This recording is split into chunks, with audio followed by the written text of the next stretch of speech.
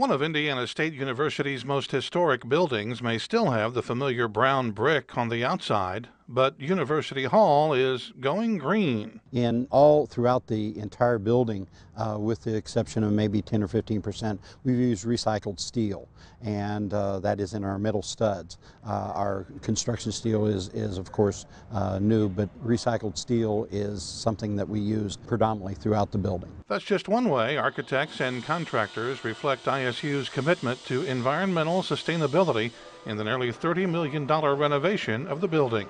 University Hall was constructed in the 1930s with an eye toward natural lighting. We've been able architecturally to maximize natural light throughout this renovation process.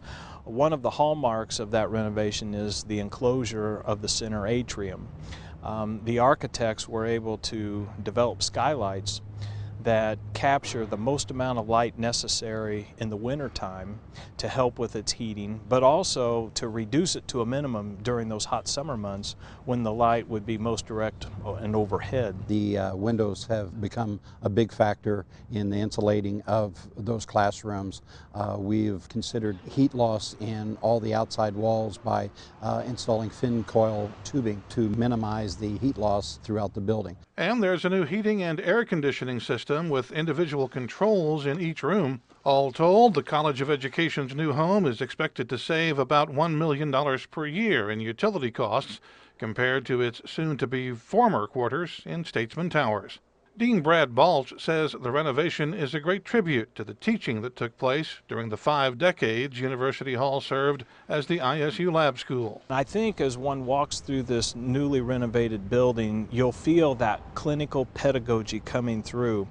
A real commitment to our K-12 partners, micro-teaching labs that reflect that K-12 environment, and ample opportunities to invite into our University Hall our K-12 partners so they have opportunities to reflect on their work and grow from it as well. The building will have ample area for educators to reflect on their teaching. Our K-12 partners tell us that they need a safe space, a place to come and think about their work, to ask questions of what's working and what is not.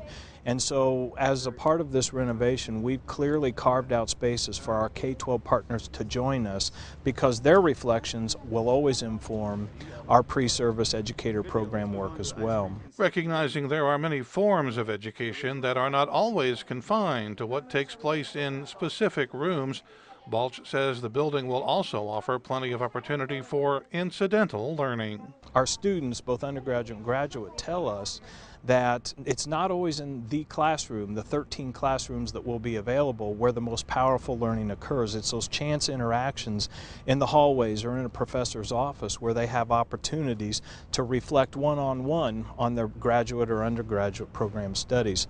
And so we are ensuring that throughout this building there's intimate professional space for those chance interactions and powerful learning opportunities that our students tell us were so important to their experience at ISU.